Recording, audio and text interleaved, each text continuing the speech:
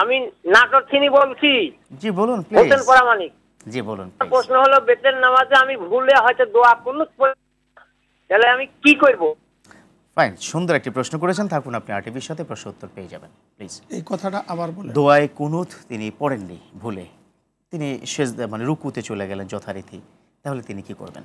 যদি রুকুতে যায়, রুকুত থেকে উঠে দোয়া কুনুত পড়া যায়। ও মানে নামাজের শেষের অংশে যে কোনো সময় কি পড়ে ফেললে পড়তে পারে। হয় রুকুতে যাওয়ার আগে সে দোয়ায়ে কুনুত পড়বে, অথবা রুকু থেকে উঠে সে দোয়ায়ে কুনুত পড়ে সামি আল্লাহু লিমান হামিদার পরে আল্লাহুম্মা আহদিনা ফিমান হাদাইত এটা পড়তে পারবে।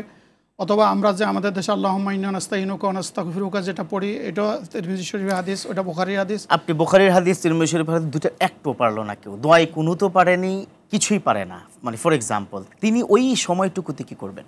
তিনি তখন তাসবিহ পড়বেন, তিনি যতগুলি দোয়া কালাম জানেন ওইটুকু আল্লাহর কাছে করবেন এবং শিখে নেবেন। এই যে পারে না এই কথা বলে বসে থাকলে হবে না, তিনি শিখতে চেষ্টা করবেন, শিখতে থাকবেন, আর তিনি যা দোয়া কালাম জানেন সেটা এখানে পড়তে থাকবেন। আল্লাহ তার দোয়া কবুল করেন। আমিন আমিন। আরেকজন দর্শকের ফোন নিয়ে নিচ্ছি। জি প্রিয় দর্শক, কে বলছেন, কোথা থেকে বলছেন, প্রশ্নটি করুন। আসসালামু আলাইকুম। ওয়ালাইকুম আসসালাম। জি গাইবান্ধা জেলা। জি আমি আমার প্রশ্ন হচ্ছে যে আমার বিয়ের বয়স হয়েছে এবং আমি বিয়ে করতে চাই। আপনার? আমার বিয়ের হয়েছে, আমি বিয়ে করতে চাই। আপনার বিয়ে হচ্ছে না, বিয়ে করতে চাচ্ছেন, এরকম কিছু কি?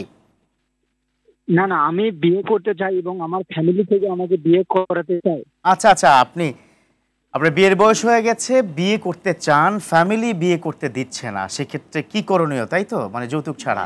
যৌতুক ছাড়া আমার ফ্যামিলি আমাকে করাবে, কিন্তু আমার বাবা মেয়ের বাড়ি থেকে টাকা নিবে। বুঝতে পেরেছি, মানে যৌতুক ছাড়া বিয়ে দিতে চাচ্ছে না। জি, ইসলাম কি বলে? থাকুন আপনি আমাদের সাথে, ইনশাআল্লাহ প্রশ্ন উত্তর পেয়ে যাবেন। প্রথম কথা হলো রাসূলুল্লাহ সাল্লাল্লাহু আলাইহি ওয়াসাল্লাম বলছেন যে ফাইজা বালাগা ফালিয়াতাজাওয়াজা, যখন বালেগ হয়ে যাবে তখন তাকে বিবাহ বন্ধনে আবদ্ধ করে দাও। দায়িত্বটা কার? দায়িত্বটা হলো পিতার। যদি যৌতুক সহ হয়?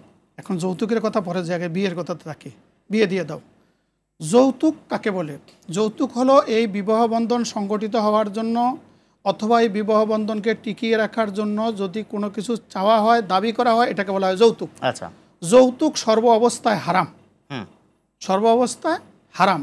তবে আরেকটি মাসালা এর সাথে মনে রাখতে হবে, মেয়ে যখন আমরা বিবাহ দিব তখন মেয়ের বাবার সামর্থ্য অনুযায়ী মেয়ের নতুন সংসারে কিছু দিয়ে দেওয়া সকল নবীদের সুন্নত।